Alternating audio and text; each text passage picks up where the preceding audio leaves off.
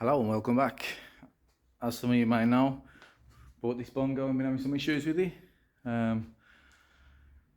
The diesel was leaking into the sump via the fuel pump, I believe. We just took it on a 150 pound, which 150 mile trip to Diddley Squat Farm. Insert picture here.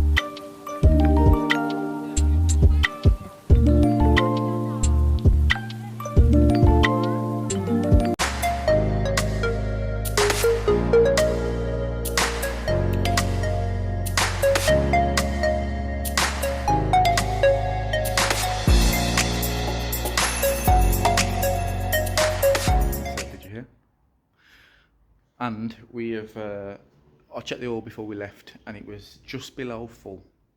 So I'm going to check it now. It's the first time I'm going to have a look at it, but I'm going to check it now and see if it's rolls anymore, because I would have thought after around 120 miles, if there was a problem, we should see diesel, the oil rising on the dipstick and maybe smell of diesel, but let's open it up and have a look.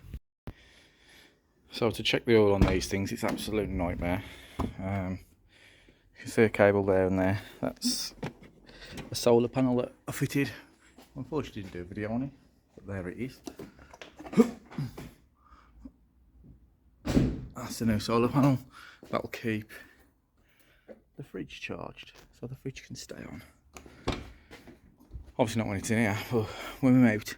So first you have to remove all your crap from the inside of here. Undo these.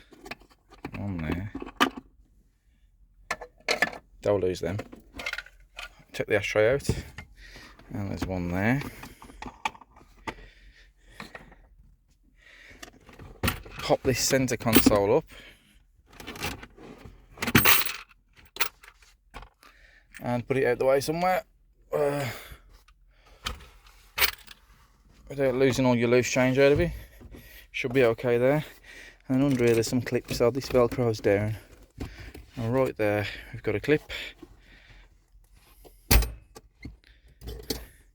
And just under here I've got a couple of clips as well. 1 and 2. This is the wire to the solar panel.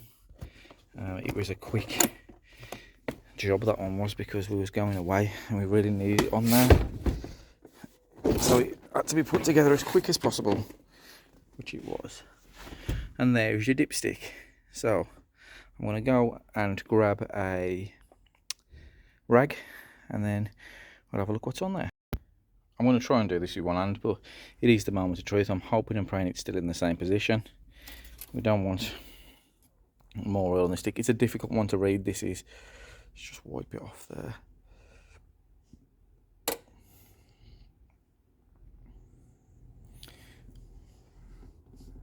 One-handed.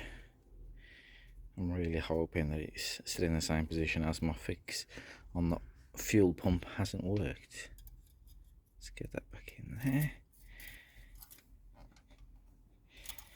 Pull it out. And where am we? Well, it's still quite warm, but if you look, it's halfway up, so I reckon if I leave that a little bit longer to cool down and let the oil drip down into the sump, that should be about where it was when we left. So I'll check it again in about 10 minutes. It doesn't smell of diesel either, but I'm going to give it 10 minutes and check it anyway. I've got absolutely soaked putting this awning down, which is currently dry there. Oh, we've got the awning drying. I've had the pop top roof up and that's started to dry as well after our excursion, because it hammered down, but the farm was good.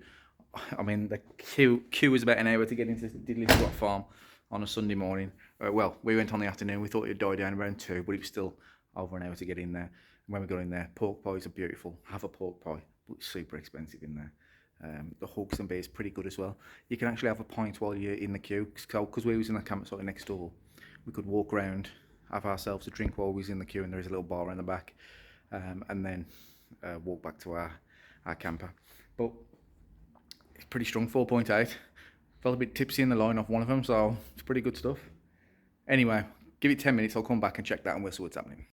We did have this side door in the house as well, so I could do with just opening that up and letting that dry out as well. Oh, it's split the piston zip there.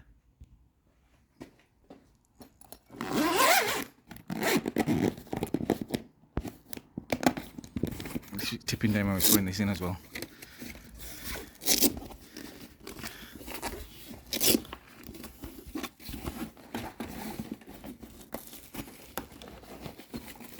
It rolled up a bit tight that end, there we go. Right. That's soaking wet, so we'll pull that down. I might have to find something to put it on the floor, so it getting absolutely filthy. Yeah, that's absolutely soaked.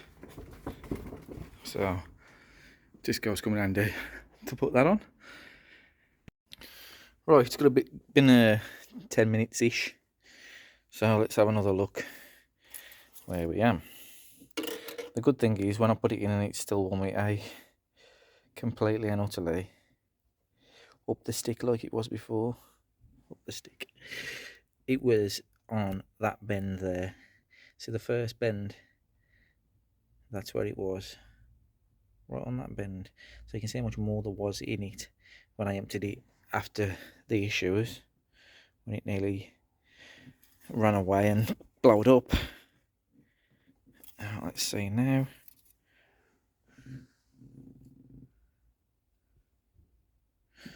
Difficult to say. Let's try again.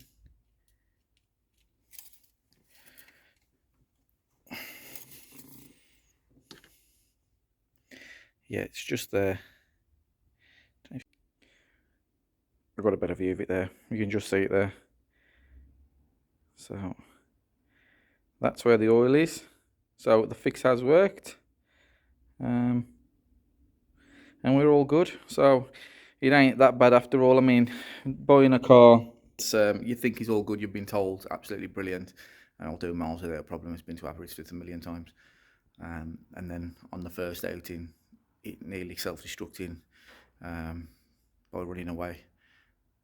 It's a bit of a nightmare, but luckily this fix was 40 quid. If I couldn't have done it myself, how about garage could have charged you hundreds just to find out what it was. I mean, I did a lot of research and a lot of people helped me on Facebook, and I thank them people because we have fixed it for 40 quid, set of sales and a few hours work. There is more to do with the rust on the underneath, which I will do a video on, so coming up soon. There'll be me welding the underneath of this to show you where the holes are and how big they are, and the fact that it's still past the MOT. So look out for that video coming up soon. See you later.